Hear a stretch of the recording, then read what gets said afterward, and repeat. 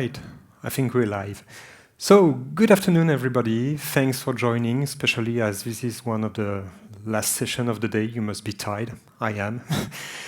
So today we're going to talk about speeding up the delivery of your API or microservices with a tool called Microcks. So it's a pure tool in action talk. Few slides, then a pure demonstration. And before talking about acceleration, I'd like to mention the situation where your delivery chain could actually be slowed down or broken. So it may sound familiar to you. The first one is, let's imagine you've finished your work, you've developed, and you want to switch to the next task, but you have to wait for your colleagues that is providing the backend, that is providing a microservices dependency. And it takes hours, it takes days. Everyone ever faced that situation?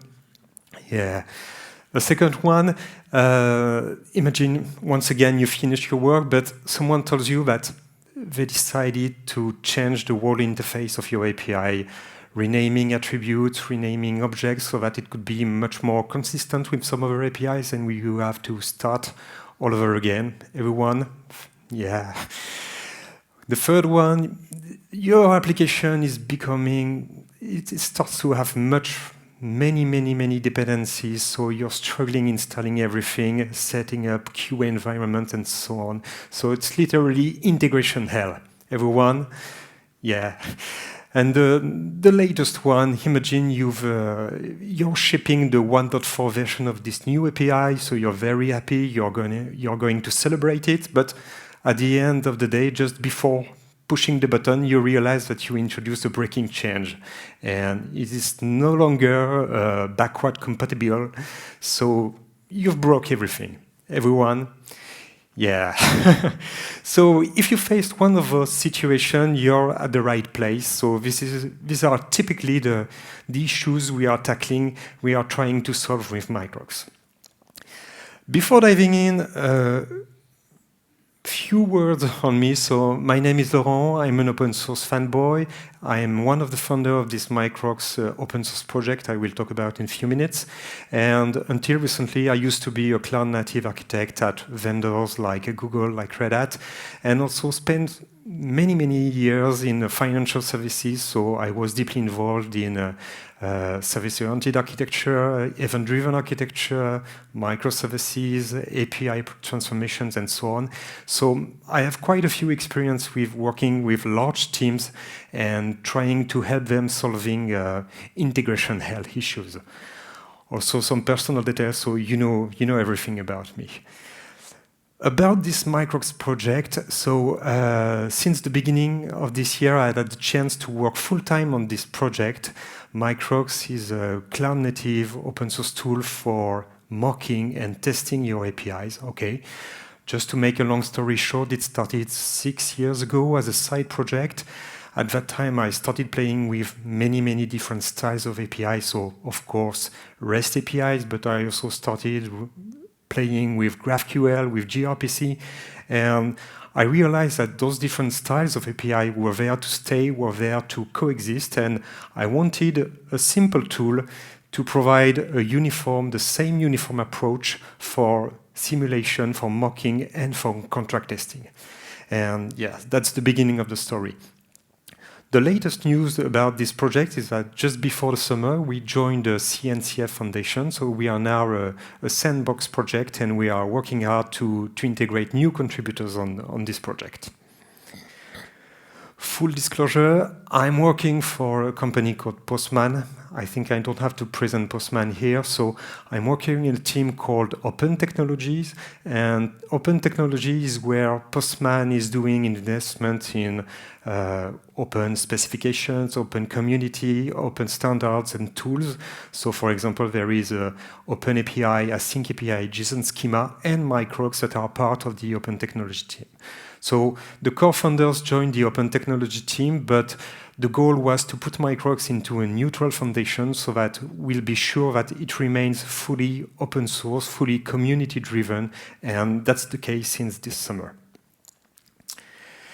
Okay, back to API space. So when you're talking about API space, there are a lot of challenges to address, a lot of questions to solve. So you have to take care about design issues, architecture, governance, security. You have to pick up an API gateway, maybe, to deploy policies, build a developer portal, and so on and so forth. But we just decided at Microcks to focus on three specific challenges that were very important for us. The first one is about the business experience, because most of the time there are a long time between your idea of an API and the first time you are able to play with this API. And we absolutely want to have a very short feedback loop so that you are able to very quickly iterate on your design of your API and to avoid the bad surprise at the end of the project. The second one is the dev experience, because we all know that developers are struggling setting up their development environment, working with so many dependencies, and working in parallel. That's very important in this new microservice and distributed era. You have to work in parallel if you want to avoid very long projects. And the third one is about conformance, because that's the key for a robust delivery chain for your API and microservices. Every time you do some changes on an API, you want to be sure that you don't break anything, that you're still conformant with the version, but also the previous one, and so on. So we really want to allow you to validate your implementation. How are we doing that? That's really easy. We need two ingredients. The first one is API contracts. We talked about API contracts for years now. There are specifications like OpenAPI, like Swagger, and so on. But most of the time, we neglect the importance of examples. Examples are really the good counterpart to contracts. And when we talk about examples, we are not talking about random examples that bring very low value to the understanding of the API. We want to have real-life examples that are carefully chosen so that they can really convey your real intent regarding the API. So once they are carefully chosen, these real-life examples can be turned into an executable dataset that allows Microcks to provide smart simulation. We don't want static mocks, we want smart mocks, and to also provide a consistent dataset to build contract tests for your implementation. So in a nutshell, that's the principle of Microcks. Just one thing to have in mind, and what we absolutely want to have with Microcks, is having this ability to support all the different kinds of API and having the same approach for the different kinds. So Microcks is currently supporting maybe your old legacy SOAP web services. Of course, REST API, but you still can use Microcks for gRPC, for GraphQL API, and also for this new kind of event-driven API you may have specified using AsyncAPI or Cloud Events, for example. And also one thing very important for us is to be able to reuse all the different assets that may already exist in your organization. So typically, we are able to leverage Postman collection as well. Okay, so enough talk. Now let's switch to the demo. So we are going to start with a tour of Microcks features just to show you, and then we go throughout a much more complex use case. So switching to Microcks, so this is my instance of Microcks. So this is an empty instance. I've installed it into a Kubernetes cluster, and we are going to use it through the UI, but you can also use it in a pure headless way. We've got some users in the community that just popping out some ephemeral instances of Microcks during their CI/CD pipelines, and then dropping everything. So everything I've done through the UI can be done also through the API. So this is an empty instance. Oh, not really empty. I'm going to delete this one. And this one as well. Okay. And for importing new stuff in Microcks, I can use some importers, but I can also use the hub. The hub is a kind of marketplace when you can share your hubs with the different teams, when you can share your mocks and your API definition with different teams. And this is also the way we use to deliver our samples. So here, for example, I'm going to start by the most crucial API you should all have into your system, the one that is related to pastries. So we are going to import it into Microcks, and as soon as it has been imported, Microcks has discovered this API. You can see that here I have an OpenAPI specification ready to use, and for each and every operation it has found in this OpenAPI spec, it has produced ready-to-use endpoints. So here typically I can just get this one, put it in the browser, and I get a list of pastries. Okay, very easy. So this first one is a static mock, but Microcks is also able to infer some smart dispatching rules. So typically, if you want a pastry using its name, Microcks is inferring that he has to provide a dispatcher looking at the name. And so if you want a millefeuille, you just have the millefeuille. If you want some other pastry, you get the other pastry. Microcks is also able to do some, yes, more complex things, like for example, content negotiation when it comes to deal with REST APIs. So you can have JSON representation, XML, and so on. Okay, so you can see very easy. Another thing I can do with Microcks is importing some of the samples. So for example, here I got the gRPC one. I'm gonna import it. Yes. I'm going to import also a GraphQL API. Up, just here.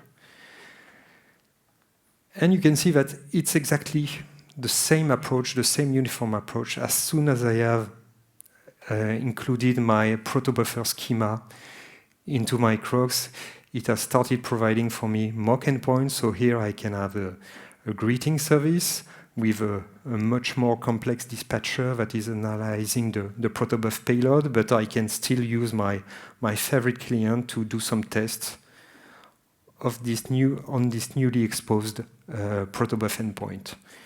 The same things for GraphQL APIs.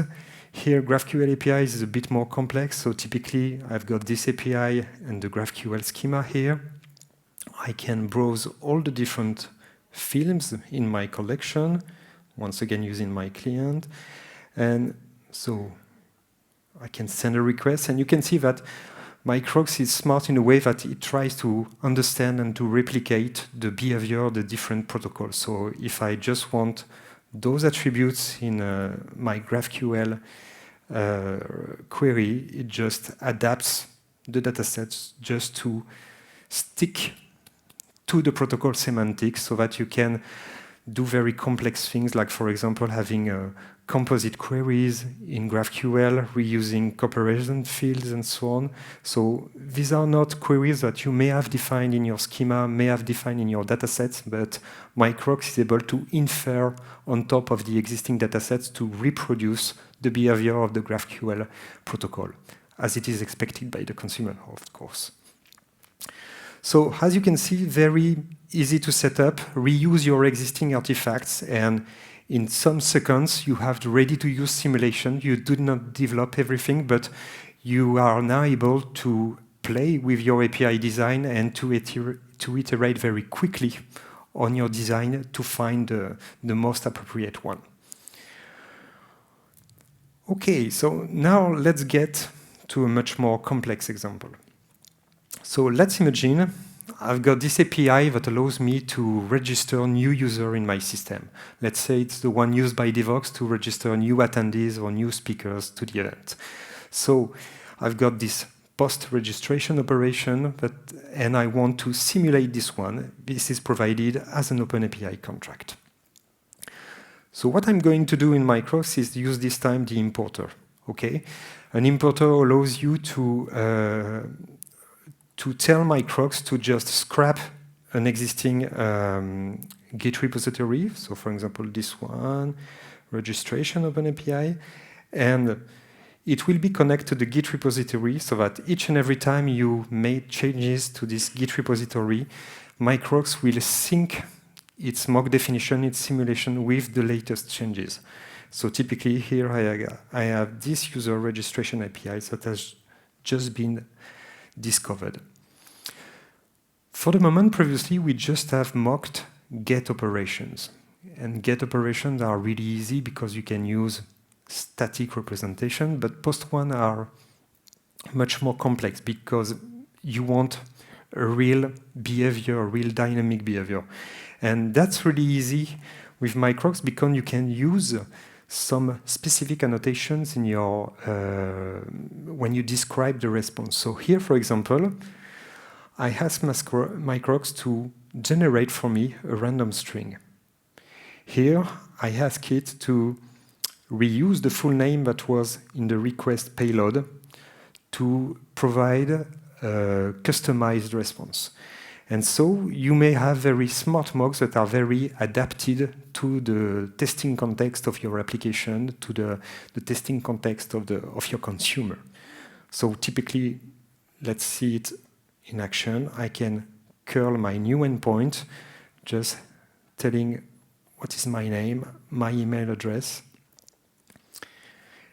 And you can see that it generates random data for me, new ID each and every time, but it also reused the element from the incoming request to compose customized response. So that way you are able to simulate and to have a very dynamic behavior with your mock. So there are a lot of different annotations allowing you to generate random addresses, random emails, and so on. So a lot of possibilities. Okay, so now let's spice things a bit.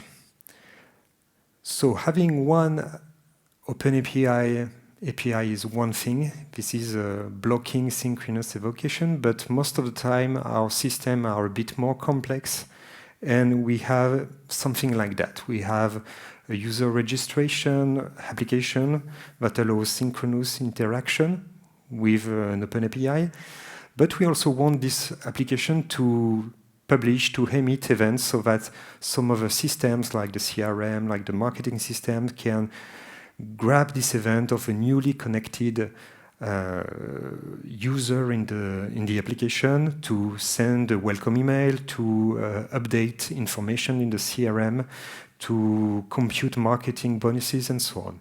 So we have this synchronous plus this asynchronous interaction.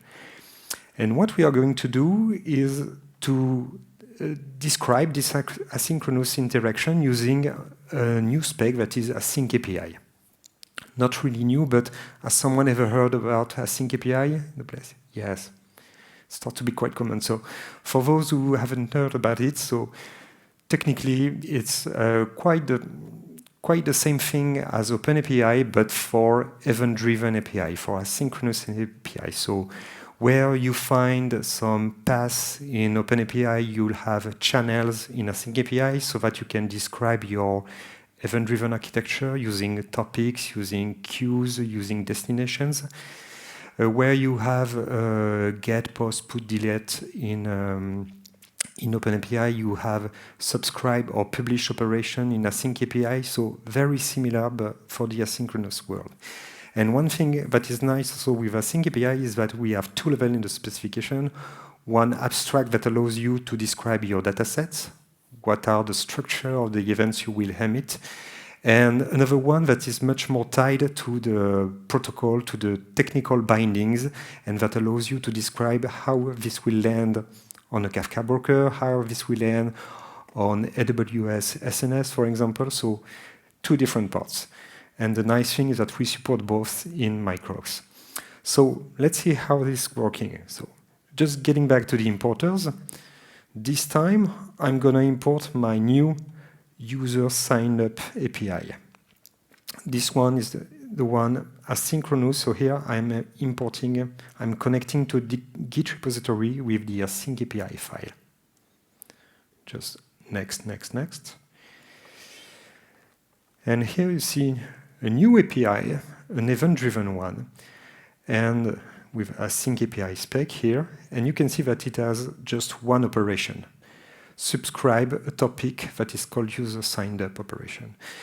And because Microcks has discovered that there is one Kafka binding in this specification, it has connected to a Kafka broker, it has created a specific topic that is managed purely by Microcks, and it has started publishing messages as if there were an existing publishing application on this topic. So typically, your consumer of events can start working without having to wait for some other producers of events. So let's just try this. Here, I'm going to use a simple utility tool to connect to my Kafka broker on the topic that is managed by Microcks. And you will see that I will start receiving messages. Here again, the messages will be different each and every time. You can see the different IDs, the different timestamp here, because I have included some specific annotations when I described my examples. Okay. I can also, if I want to speed up things, I can also change the frequency. So the default frequency is 10 seconds, for example. Just save here, and you will see here, yes, I'm going to start receive message very quickly. So there are a lot of use cases for that. For example, we have in the community some users that are working on IoT systems, and instead of provisioning a lot of devices, connecting a lot of devices, they're just using Microcks for simulating those devices so that they can react to events without having to deploy those devices and to configure these devices. Okay, so we've saw the synchronous part, the asynchronous part, but now we want to check things out to do some tests. So typically, let's imagine I have deployed my user registration application just right here on a Kubernetes cluster, and it is available here. I'm going to just paste this URL, and what I want to do is check that this implementation I just deployed is actually conformant to the OpenAPI schema. So in Microcks, let's get back to the user registration API, I can also run a test. Just here, pasting the URL saying I want to test this endpoint that has just been deployed, and picking up a runner. A runner is a strategy for tests. So here we want just to test out that this endpoint is conformant to your OpenAPI schema. So you do not need to write anything.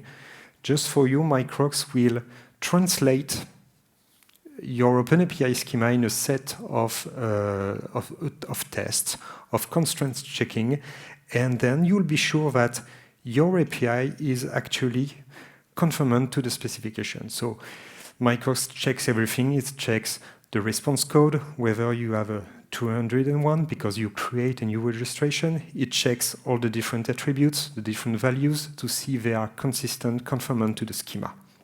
So pretty easy to run tests for free without having to write anything.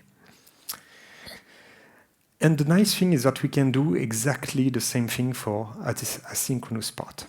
So in the asynchronous world, what we actually want to test is a bit more complicated. Let me get back.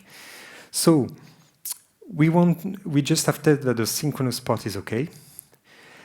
And we want to test that each and every time you are invoking the user registration API, it actually emits messages on a Kafka broker and a messages that is really conformant to the AsyncAPI schema. So you want to test the synchronous part, the asynchronous part, and you want to test the link between the two. You want to be sure that each and every time you invoke your API, it will produce the expected message. And this kind of test is actually quite easy to implement with Microcks because all the tests I've run through the UI can be automated through a CI/CD pipeline. So typically, I can describe a pipeline here for my application. And this pipeline will have two branches. Okay, so the first step is to build, to deploy the application. Okay, I take some shortcuts here. And then you will have two branches in parallel. The branch of the bottom will test the synchronous part. So we'll be sure that the OpenAPI endpoint is conformant. And during that time, we've got the upper branch that will start a Microcks test, and Microcks will connect to the Kafka broker, will get all the different messages and check that those messages has been really confirmed to the schema. So when we are doing that, we are testing the three things. The synchronous API is confirmed, the asynchronous API is confirmed, and we have a message that has been published when this API has been invoked.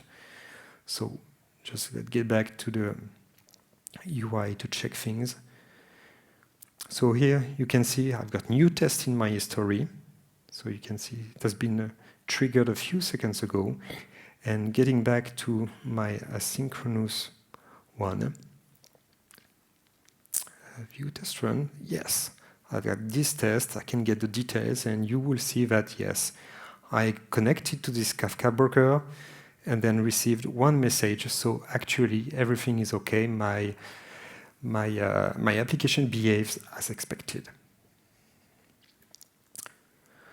So for that, we provide different types of plugins, different types of connectors. So you can run this into, like here, a Tecton pipeline, but you can do the same things in a GitLab CI/CD pipeline. We also provide plugins for Jenkins, so really easy to put these conformance checking steps in each and every of your CI/CD pipelines. Okay, I've got a few minutes. Yes, just one slide to tell you that we are supporting up to 8 different asynchronous protocols at the moment. So Kafka, MQTT, RabbitMQ, and so on and so forth. So really easy to automate all your asynchronous event-driven architecture tests with Microcks. Last thing I want to finish on is, for the moment, I've demonstrated everything using the UI, okay, in a very manual mode, but what if you could integrate all of this stuff directly into your laptop, into your inner loop, into your unit test? And this is actually the case.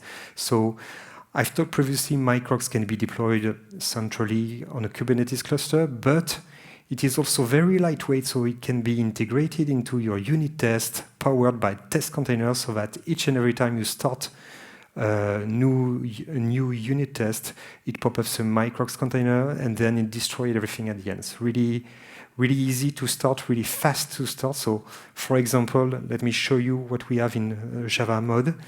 Here, I've got a Spring Boot test. I'm just using a Microcks container, and I'm defining some tests and some assertion on a REST client. So very easy. I can run this test, and it just pop out a new Microcks container, feed it with your specification, with your Postman collection, and so on, and run the test, and that's it. So you have tested everything. You are not using mock object. You are just testing the network serialization part, the protocol serialization part, and so on. So you've got full-blown test right in your inner loop on your laptop.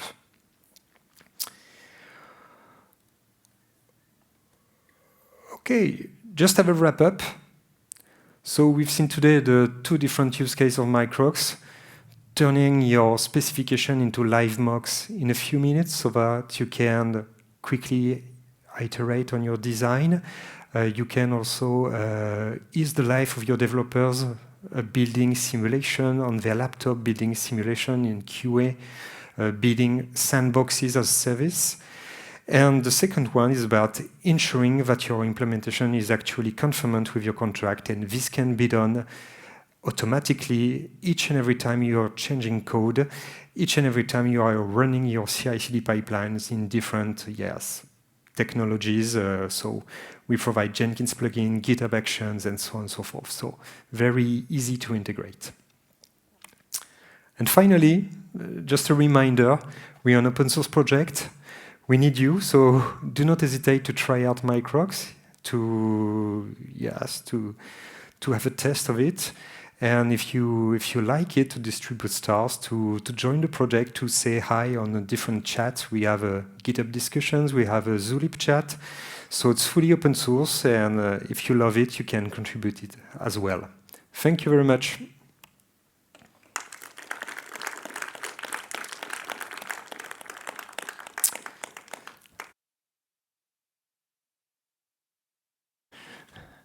Some question, maybe? One question.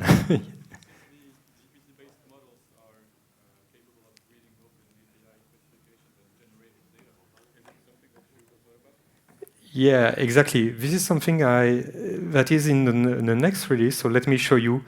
Typically, you can write your example if you want, but if you're a lazy developer like me, you can just ask GPT to generate some example for you. So this is coming in the next release in 2 weeks. So this is only on my laptop for the moment. And here, for example, if you want a new pastry, you can just review the one that are provided by our AI copilot and then enrich your dataset this way.